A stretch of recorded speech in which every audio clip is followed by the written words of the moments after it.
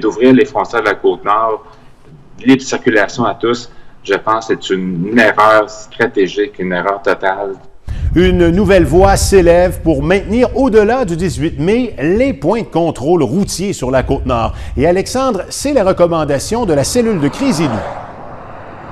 Oui, Stanley Volant, médecin conseil pour les communautés Innu, recommande que le gouvernement du Québec retarde l'ouverture de la Côte-Nord aux gens de l'extérieur.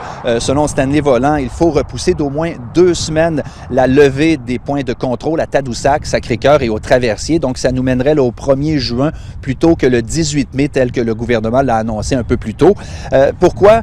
Selon le docteur Volant, il serait beaucoup plus approprié d'amorcer un déconfinement à l'intérieur de la Côte-Nord, entre les municipalités. Il craint que l'ouverture de la région à des gens qui sont potentiellement porteurs du virus vienne retarder un retour éventuel aux activités normales. Selon lui, la population a fait d'importants sacrifices et que les efforts des derniers mois seront vains si de nouveaux foyers d'infection voient le jour. Et selon le docteur Volant, il serait aussi beaucoup plus prudent de regarder comment ça se passe dans d'autres régions avant de prendre des décisions. Les routes de la Côte-Nord ont été bloquées.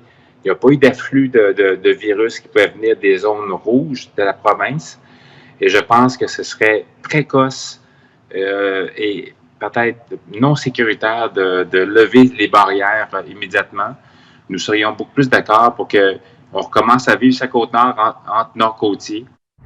Et le docteur Volant va un peu plus loin concernant ce qui se passe dans les communautés Innu. Il pense que le contrôle des limites de ces communautés doit se poursuivre pour plusieurs mois. Il a évoqué même le 6 mois là, pour maintenir ces contrôles-là. Selon lui, c'est la meilleure façon de prévenir la transmission du virus dans une population qui est vulnérable avec des facteurs de risque comme des maladies pulmonaires et le diabète.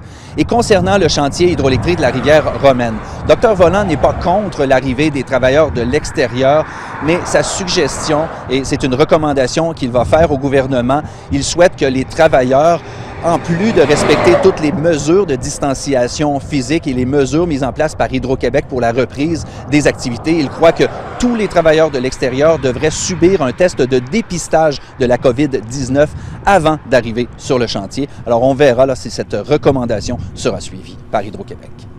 Et voilà, un appel à la prudence. Merci beaucoup, Alexandre.